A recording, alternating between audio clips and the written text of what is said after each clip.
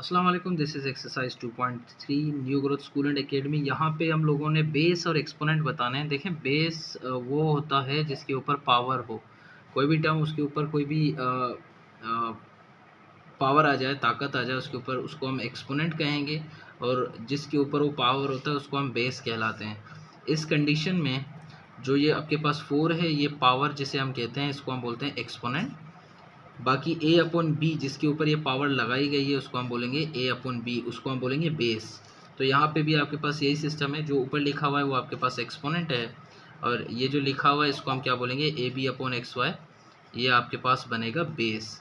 इसी तरह के आपकी बुक में कई ज़्यादा सवालात हैं। ये -30 आपका बेस नहीं कहलाता, इसको हम बोलते हैं कोफिशेंट। चूँकि आपके बुक में कोफिशेंट का नहीं पूछा जा रहा, कांस्टेंट वैल्यू है 30, तो इसका नहीं पूछा जा रहा, तो इसको हम नहीं लिखेंगे।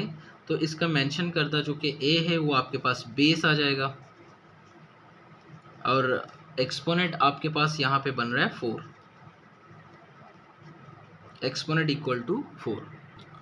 ये दोनों आखिरी पार्ट है, ये भी देख लेते हैं साथ साथ। यहाँ पे भी देख, बेस आपके पास क्या है, यहाँ पे बेस आपके पास बन रहा है -b² अपॉन ए, और एक्सपोनेंट आपके पास क्या बन रहा है, 2 बन रहा है।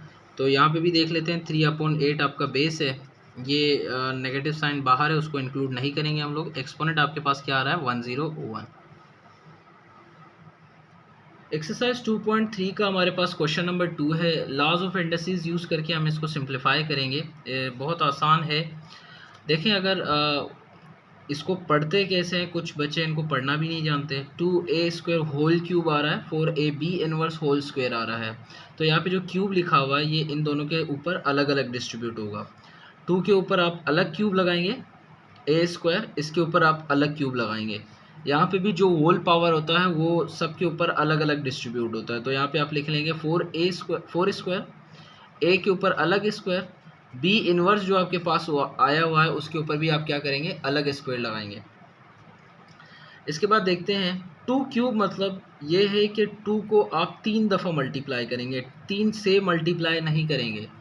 2 क्यूब का मतलब क्या, 2 को आप 3 दफ़ा मल्टीप्लाई करेंगे। तो 2 2 4, 4 2 आपके पास 8 बनेगा।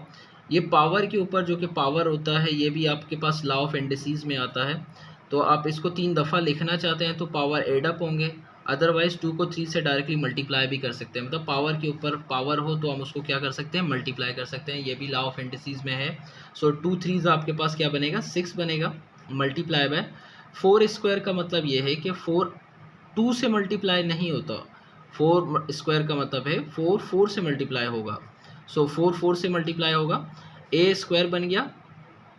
साथ साथ ये देखें, पावर के ऊपर एक और पावर है, तो आप b -1 मल्टीप्लाई बाई 2 आपके पास आ जाएगा -2। बहुत आसान है, बहुत सिंपल है, कोई परेशानी वाली बात नहीं है। 2 मल्टीप्लाई बाई 2 4, 4 2 आपके पास 8 बनेगा। a⁻6 मल्टीप्लाई बाय 4 4 आपके पास बनेगा 16, मल्टीप्लाई बाय a² b-2। इसको आप अगर नीचे लेके जाना चाहते हैं तो आप इसको नीचे लेके जा सकते हैं, अदरवाइज़ यहीं पे भी लिखना चाहते हैं तो ये भी सही है। आप दोनों केस लेके जा सकते हैं, कोई पाबंदी आपके पास नहीं होगा।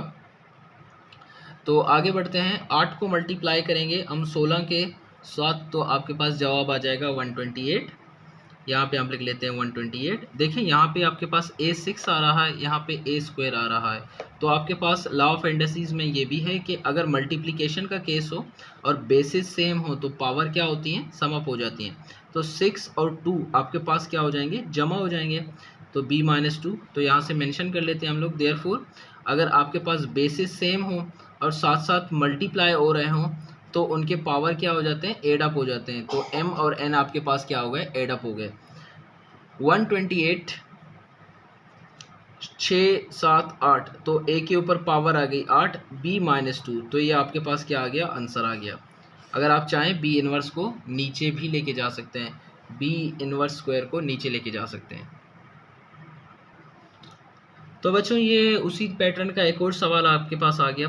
6 को लिख लेते हैं। यहाँ पे देखें, यहाँ पे x की पावर 5 है, यहाँ पे x की पावर 2 है। वही केस चलेगा, अगर बेसिस सेम हो तो पावर क्या हो जाती है, ऐड हो जाती हैं। तो 5 और 2 इन दोनों को हम जमा करेंगे, 5 + 2 7 लिख लें, उसके बाद सॉल्व कर लें, ये भी ठीक है।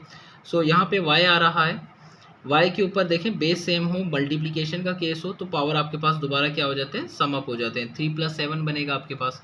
इसको मज़ीद सिंप्लीफाई करेंगे 6, 5 + 2 5 6 7, तो यहाँ पे आपके पास आ जाएगा 7। 7 को 3 से जोड़ेंगे तो आपके पास बनेगा 10। ये देखिए आपके पास आंसर आ गया। लॉ ऑफ इंडस्ट्रीज यूज़ कर सकते हैं। नंबर 2 का पार्ट 3 देखते हैं। यहाँ पे देखिए बेसिस आपके पास सेम है। एच के ऊपर पावर आपके, चलो एक साथ लिख लेते हैं पहले। H7 H⁻⁴ multiply by K⁻⁵ multiply by K⁻3। अब मल्टीप्लिकेशन का साइन लगाएं ना लगाएं कोई मसला नहीं, वेरिएबल हैं, कांस्टेंट नहीं है। तो यहाँ पे बेसिस सेम है, पावर आपके पास क्या हो जाएंगे, सम अप हो जाएंगे। 7 + 4 हो जाएगा यहाँ पे। और यहाँ पे देख लें आप लोग, बेसिस सेम है, पावर ऐड हो जाएंगी तो आपके पास आएगा 5 + 3। तो 7 और 4 कितने होते हैं आपके पास, हो जाएंगे 11। 5 और 3 आपके पास होंगे 8।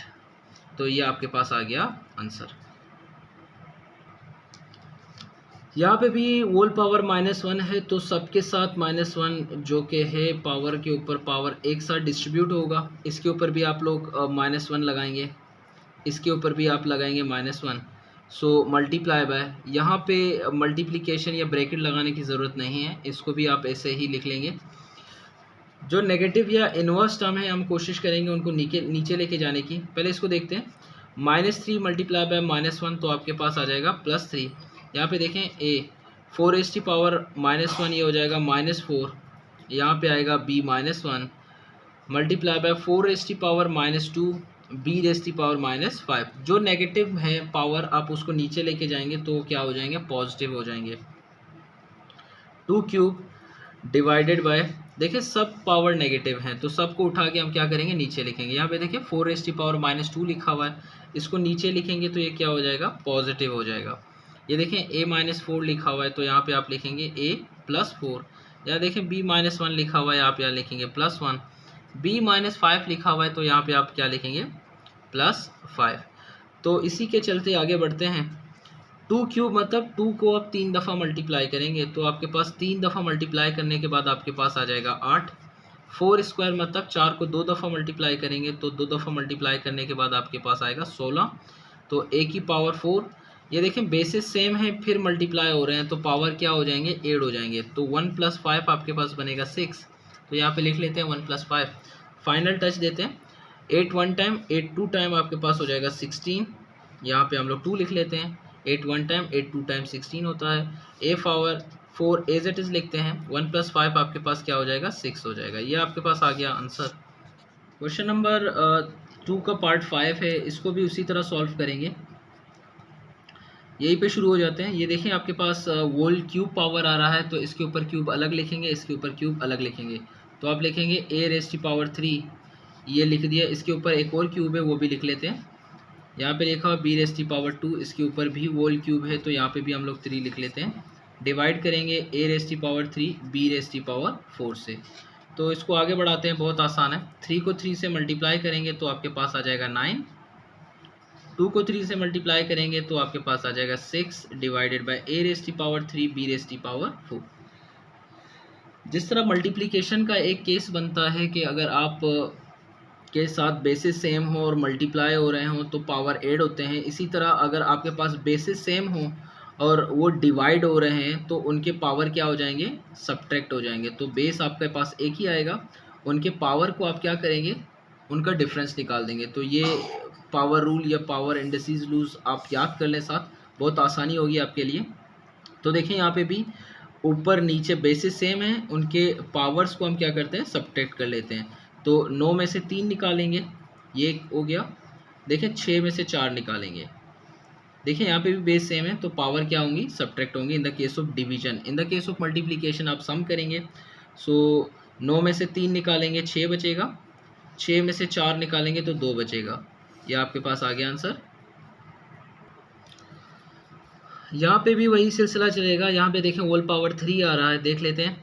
a⁻3 इसके ऊपर होल क्यूब, b⁻5 इसके ऊपर भी आपके पास क्या आ जाएगा, होल क्यूब आ जाएगा, मल्टीप्लाई बाय। यहाँ पे भी देखें 3⁻2 आ रहा है होल स्क्वायर में तो यहाँ पे 2 लिख लेते हैं। a के ऊपर भी आप 2 लगाएंगे। b⁻³ है तो इसके ऊपर भी हमको क्या करेंगे, 2 को और पावर के ऊपर पावर लगा देंगे। देखें यहाँ के सब के ऊपर है 2 तो सब के ऊपर लगाएंगे, यहाँ पे 3 है तो सब के ऊपर 3 लिख देंगे। सो 3 3 से मल्टीप्लाई बनेगा तो 9, 5 3 ज़ा 15 हो जाएगा, मल्टीप्लाई बाय 3 स्क्वायर मतलब 3 मल्टीप्लाई बाय 3 आपके पास आएगा 9 a स्क्वायर, 3 2 ज़ा 6 बनेगा तो हम लिख लेते हैं 6। देखते हैं अब बेसिस सेम हो और साथ में मल्टीप्लाई हो रहा है तो आपको बता चुका हूँ पावर ऐड हो जाएंगे, जमा हो जाएंगे, 9 और 2 9 + 2 b15 प्लस b6। 9 पहले लिख लेते हैं क्योंकि आपके पास कांस्टेंट है, यही पे कर लेते हैं 9। देखें 9 और 2 कितने होते हैं 11, b 15 और 6 कितने होते हैं 21। तो ये आपके पास आ जाए, आंसर आ गया।